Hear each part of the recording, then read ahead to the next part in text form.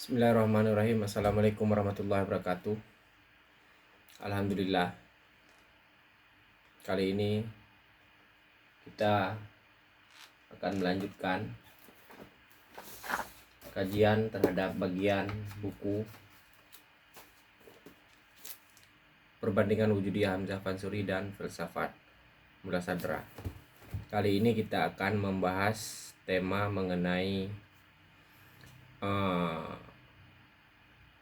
perkembangan konsep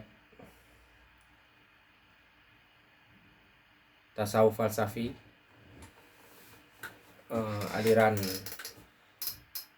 Wahdatul Wujud atau disebut di negeri Melayu Nusantara dengan Wujudiyah. Bahwasanya tasawuf itu juga merupakan berada dalam diskursus mistisme, yang mana kata mistisme itu terambil dari kata Inggris mungkin, yaitu mysticism, yang mana kata mysticism itu sepertinya terambil dari kata mysterion, yaitu kajian terhadap sesuatu yang sulit dijelaskan atau sesuatu yang tersembunyi. Hal ini sejalan dengan makna Sufi itu sendiri, yang mana mereka adalah penjaga daripada misteri atau asrar daripada ilahi. Dalam Islam, ajaran mistisme itu disebut dengan tasawuf, yang mana asal katanya ada yang mengatakan bahwasanya itu berasal dari kata sufah, yang berarti mantel bulu dari kain wol, karena orang-orang sufi itu suka memakai mantel bulu dari kain wol. Kemudian daripada itu juga ada yang mengatakan kata tasawuf itu dari kata sifah, yang berarti sifat yang terpuji, sifat yang mulia. Terdapat pandangan yang menyatakan bahwasanya tasawuf itu sebenarnya adalah tasawuf falsafi, yang dibedakan dengan tasawuf akhlak, karena alasannya yaitu pada perkembangan awal tasawuf itu yang berkembang adalah tasawuf yang bercorak filosofis. Pada masa-masa awal kajian tasawuf itu diawali dengan kajian-kajian perspektif filosofis terhadap ayat-ayat Al-Quran seperti Al-Baqarah 186. Apabila hambaku bertanya kepadamu tentang aku, maka sesungguhnya aku ini dekat. Karena dalam tasawuf falsafi wujudiyah itu dilihat bahwasanya segala sesuatu itu adalah wujud, dan wujud itu bersifat tunggal melingkupi segala sesuatu, tetapi segala sesuatu yang terpersepsi itu bukan wujud itu sendiri, tetapi itu adalah tajalli atau manifestasi atau bayangan. Kemudian surat Kaf ayat 16, sesungguhnya kami menciptakan manusia dan kami mengetahui apa yang dibisikkan hatinya, kami dekat kepadanya daripada ulat lehernya.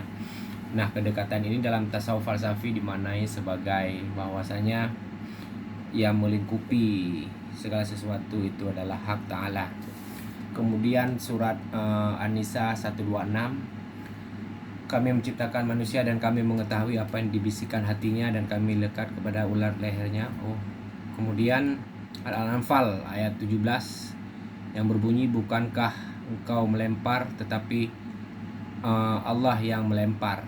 Ini semacam suatu ajaran dalam tasawuf falsafi, yaitu bahwasanya apabila manusia sudah mencapai kondisi tertentu dalam perjalanan spiritualnya, maka segala sifat-sifatnya itu sifat-sifat Tuhan itu termanifestasi dalam dirinya, sehingga dia benar-benar dikendalikan oleh hak Ta'ala. Kemudian Al-Qasas ayat 88 yang menyatakan bahwa setiap sesuatu akan binasa kecuali wajahnya, baginya penentuan dan hanya kepadanya kamu dikembalikan. Ini menunjukkan dalam perspektif tasawuf falsafi bahwasanya yang kekal itu adalah hak Ta'ala, sementara yang lainnya itu adalah bayangan. Dalam hal ini bayangan dalam permanaan tasawuf falsafi dan tasawuf akhlak tampak berbeda. Seperti bayangan dalam ajaran daripada Hamzah Fansuri, menurut yang dapat saya cermati, itu maksud bayangan itu adalah untuk menunjukkan kefakiran wujud daripada alam atau makhluk. Alam atau makhluk itu sama sekali tidak punya daya, karena semuanya adalah manifestasi ilahi. Sementara dalam tasawuf amal sebagaimana diajarkan oleh Abdul Rauf Asingkili, dia memaknai bayangan sebagai perbedaan wujud antara wujud makhluk dengan wujud hak Ta'ala. Selanjutnya, tasawuf generasi awal itu diawali oleh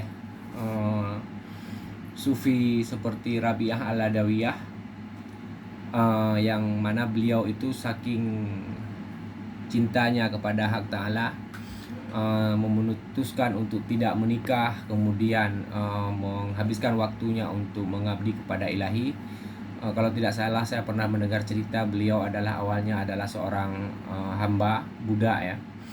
Kemudian berdoa kepada Allah supaya terbebas dari perbudakan itu, dan Allah mengabulkan doanya, dan dia mengabdikan dirinya untuk beribadah kepada Allah.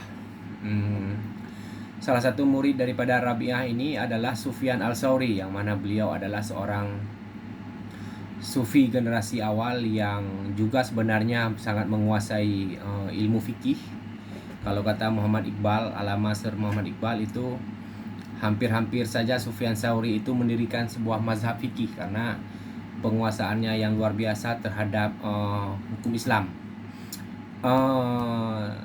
Tetapi Sufyan Tsauri juga adalah orang yang sangat zuhud, kemudian terkenal juga sebagai seorang sufi yang menerapkan sikap-sikap wara, zuhud, dan segala macam. Tetapi beliau tidak meninggalkan aktivitas sosial, terutama dalam urusan melakukan pendidikan. Diriwayatkan juga beliau, salah satu murid beliau itu adalah Imam Malik, seorang pendiri mazhab dalam Islam. Tapi kalau di cross check, kalau tidak salah itu umurnya lebih muda daripada Imam Malik. Namun pada masa itu mungkin keilmuan itu tidak selalu karena faktor umur, tapi faktor penguasaan ilmu dan segala macam.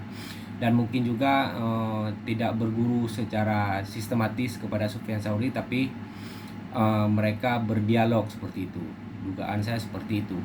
Nah, jadi pada generasi awal itu tasawuf adalah kajian filosofis terhadap beberapa ayat Al-Quran. Kemudian praktik-praktiknya adalah praktik-praktik kezuhudan, yang mana kemudian tasawuf itu berkembang secara filosofis, terutama diawali oleh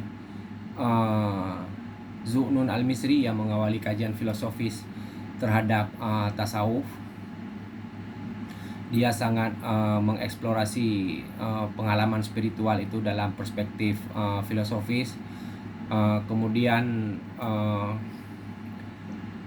dari Zunnun inilah akar-akar tasawuf falsafi itu berkembang, yang kemudian dilanjutkan oleh Abu Yazid Al-Bistami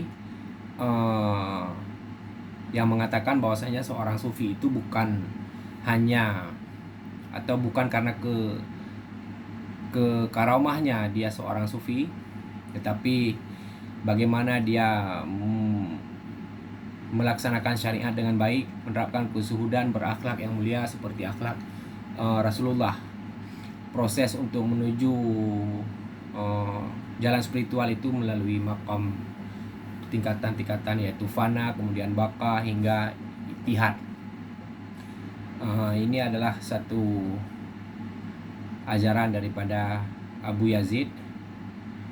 Kemudian Abu Yazid sebenarnya banyak sekali ajaran yang penting yang bisa kita eksplorasi, tetapi kali ini kita akan mengeksplorasi secara umum saja. Kemudian ada Junaid al-Baghdadi yang mengatakan bahwasanya fana itu bukanlah tujuan utama daripada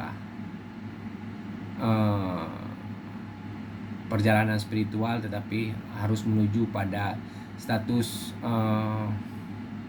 selanjutnya, yaitu status baka. Menurutnya sufi itu adalah orang yang bersama Allah tanpa perantara, yang mana Junaid ini punya murid nanti adalah Abu Mansur Al-Hallaj yang mengeluarkan statement yang kontroversial mengatakan ana al-haq. Nah, menurut Abu Junaid al-Baghdadi ini, pernyataan daripada Al-Hallaj itu kalau ditinjau dari segi perspektif syariat itu melanggar, tetapi dari perspektif hakikat itu adalah hanya Allah yang mengetahui. Nah, pernyataan daripada Abu Mansur Al-Hallaj ini betul-betul membuat sufi setelahnya, sebagian sufi setelahnya menganggap ajarannya itu bermasalah, terutama daripada ajaran tasawuf akhlak yang mengatakan ajaran Al-Hallaj itu adalah ajaran yang sesat. Karena dia Abu Mansur ini tidak membedakan antara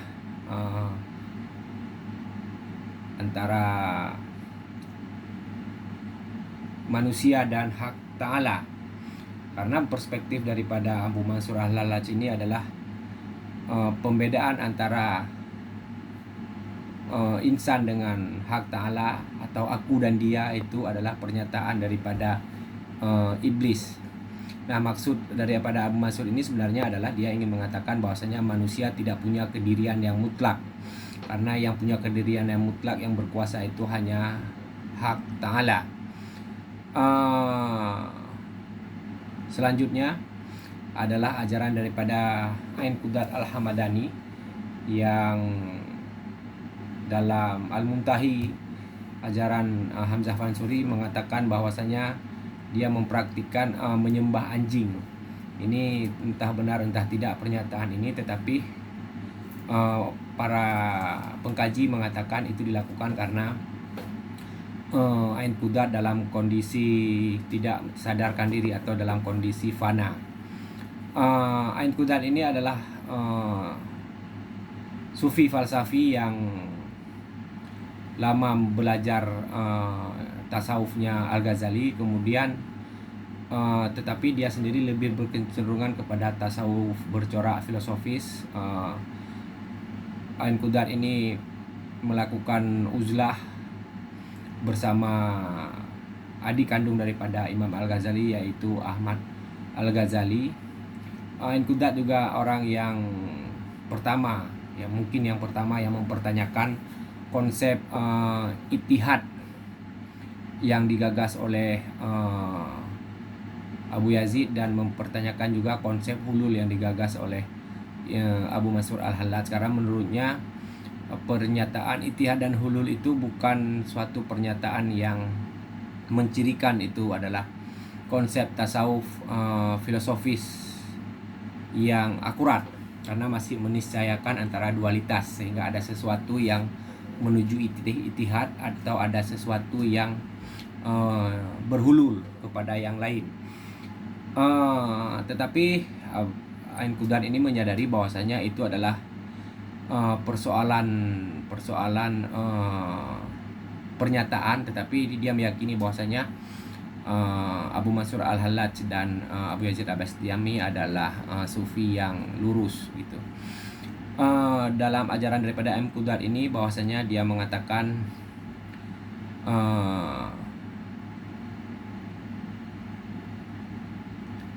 selanjutnya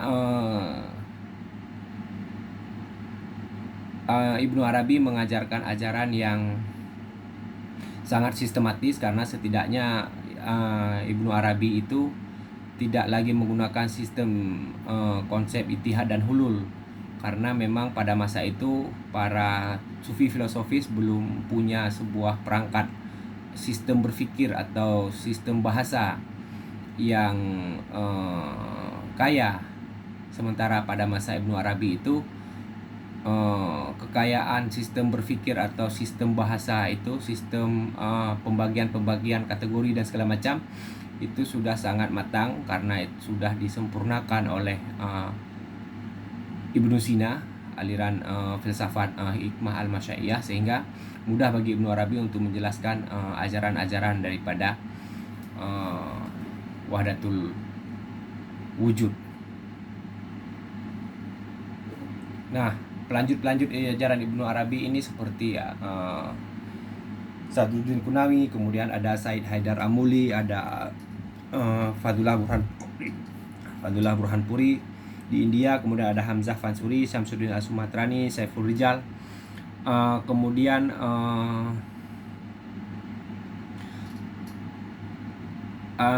kita perlu memberikan porsi khusus untuk mengkaji pemikiran Ibnu Arabi juga. Kemudian bahwasanya terdapat sebagaimana dikatakan oleh seorang pemikir, bahwasanya tasawuf filosofis ini terdapat 3 tingkatan. Yang pertama itu pengalaman daripada sufi itu sendiri, yaitu pengalaman yang tidak terbahasakan. Kemudian adalah bagaimana sufi itu menceritakan atau mencoba membahasakan pengalaman itu tadi, yang biasanya dilakukan melalui puisi atau prosa atau gazal-gazal mungkin ya. Kemudian adalah analisis terhadap pengalaman itu sendiri. Jadi pengalaman itu sendiri yang pertama, kemudian ekspresi dari pengalaman yang kedua, yang ketiga adalah kajian terhadap pengalaman tersebut. Saya kira kita faedai dulu kajian umum ini. Billahi taufiq wal hidayah. Assalamualaikum warahmatullahi wabarakatuh.